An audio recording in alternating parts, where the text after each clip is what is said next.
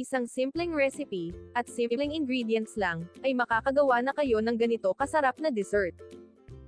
Very healthy rin itong dessert natin ngayon. Pwedeng-pwede rin ito sa kahit na anumang handaan, very affordable at hindi mahirap hanapin ang mga ingredients na ginamit natin dito. Kailangan lang natin ng kalabasa, binalatan at hinugasan ko na ito. Hiwain lang ito sa katamtamang laki.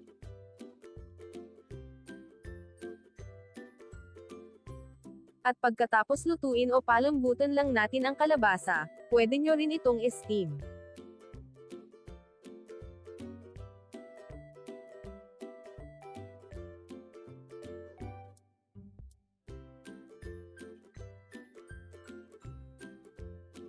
Gagamit tayo dito ng food processor, kung wala naman kayong food processor, pwede naman ang blender, at kung wala din pwedeng i-mash lang ito gamit ang tinidor.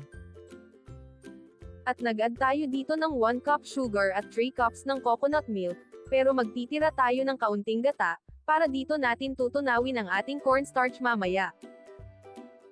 At i-blend lang natin ito hanggang maging smooth, at habang ginagawa natin ito, shoutout muna tayo kina Susan Nohor ng Davao, Nenewel Melinda Villa ng Saudi, Tess Miranda ng Naik Cavite, Joji Bautista ng General Santos City, at si Ashley Joy ng Kuwait. At dito sa natirang gata nag-add tayo ng 1 cup ng cornstarch, haluing mabuti para walang buo-buong cornstarch. At sa isang kaldero o kawali, ibuhos ang kalabasa mixture, at ang tinunaw na cornstarch, at 2 teaspoon ng vanilla, lutuin ito sa mahinang apoy hanggang sa lumapot ang mixture.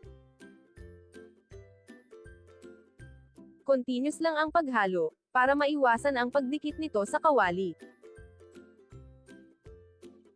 At kapag ganito na off na ang kalan, at sa isang lalagyan papahiran natin ito ng kaunting oil, at ating transfer ang ating kalabasa mixture, at palamigan lang ito ng 1 oras.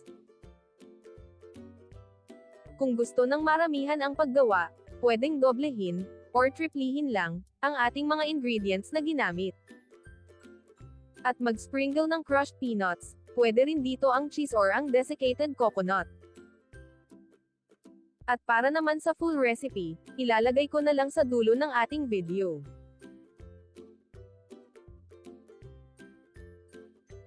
Thanks for watching guys, huwag kalimutang i-like, follow and share ang ating mga videos.